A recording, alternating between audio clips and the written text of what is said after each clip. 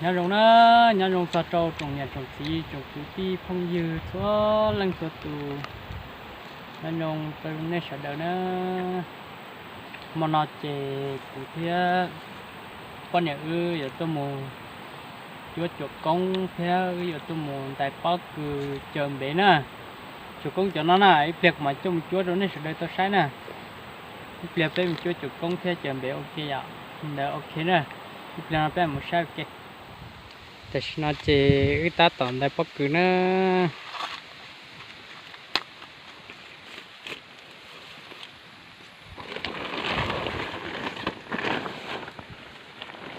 ปกคือ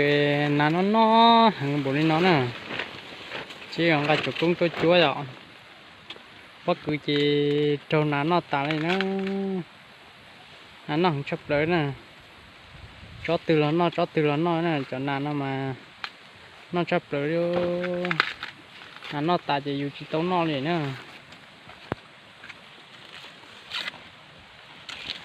เชี่ยงแต่ปกคือตามาเลยเจ้าจุกกุ้งหรอ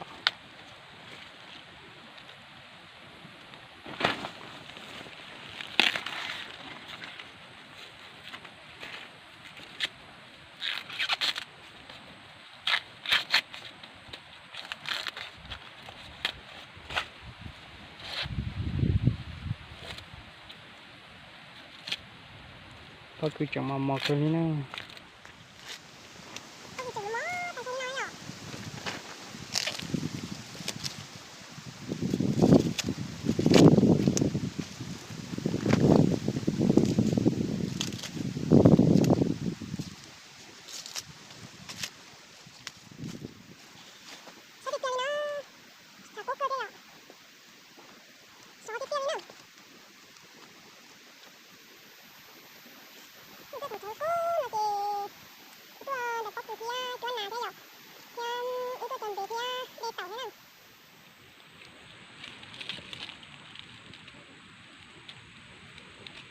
Có cơ đi nè.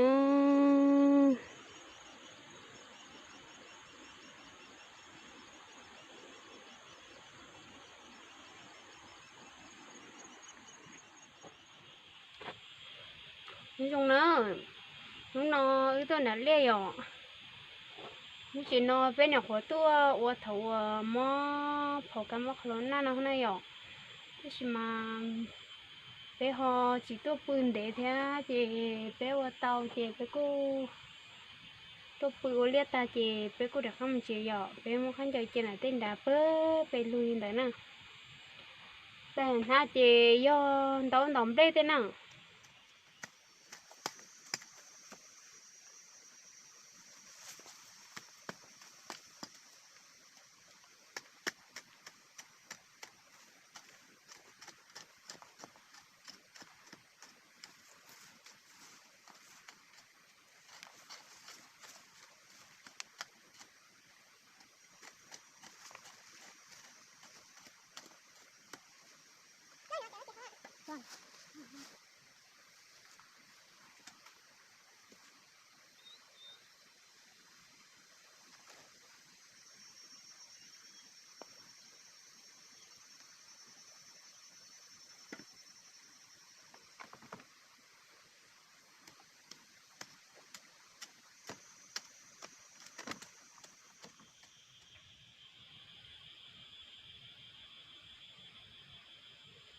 là chung nữa tôi chua nó chỉ là chung thôi nữa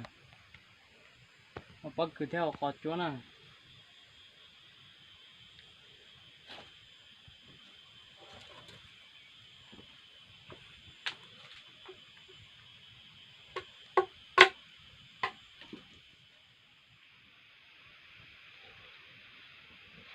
nó là thịt kỳ chế mà cho nên tuân thủ số sẽ dùng trắng à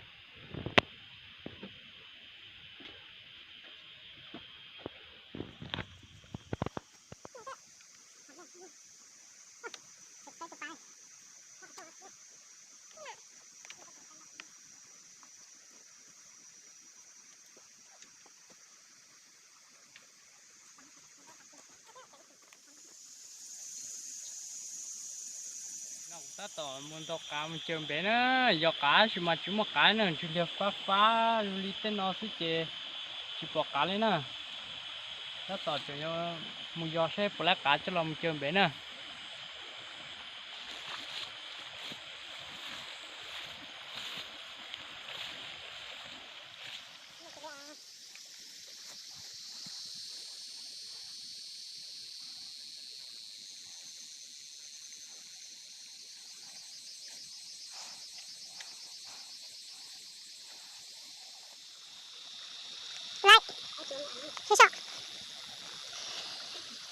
Mấy đứa này là thế chỉ muốn đặt ăn rồi, không chờ này nó thế này, cái này.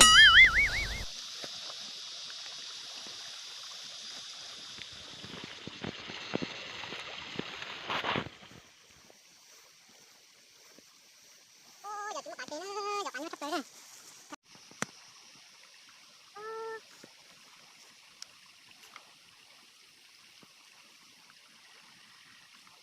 Mấy cái chiếc nào thế nó tụi nó lại thế này. Chỉ một cái nữa. Cá rồi chơi bỏ tí tụi nó thế nữa. Bỏ tí chơi.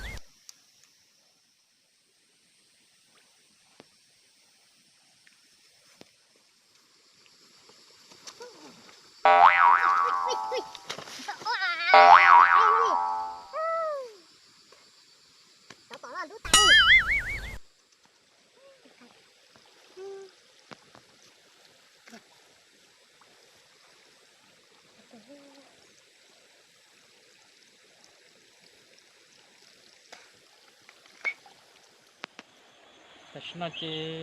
ได้ต่อไปตัวกาจีตัดต่อยังลองเจิมเบนเนอะลองเจิมเบนของน้องเลยจิตตกก็เลยบ้าเสียใช้เนอะบ้าเสียใช้ใช้หมุกเกินให้ที่เหลือปลอดให้เตียต่อถ้าต่อช็อกกาเนอะช็อกกาเจิมเบนเนอะ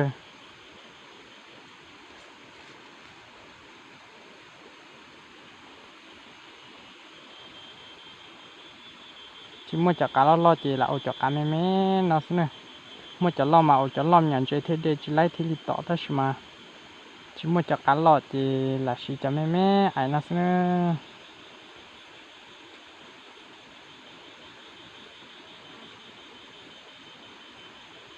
tàu kia nó nè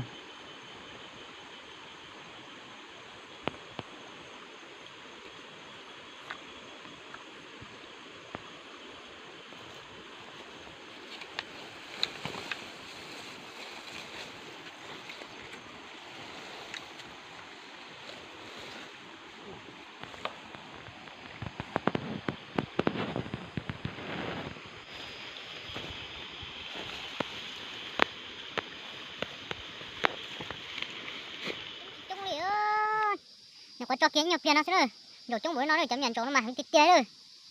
nhận nó cá sắp rồi cho kia tiếp tiền chúng nó rồi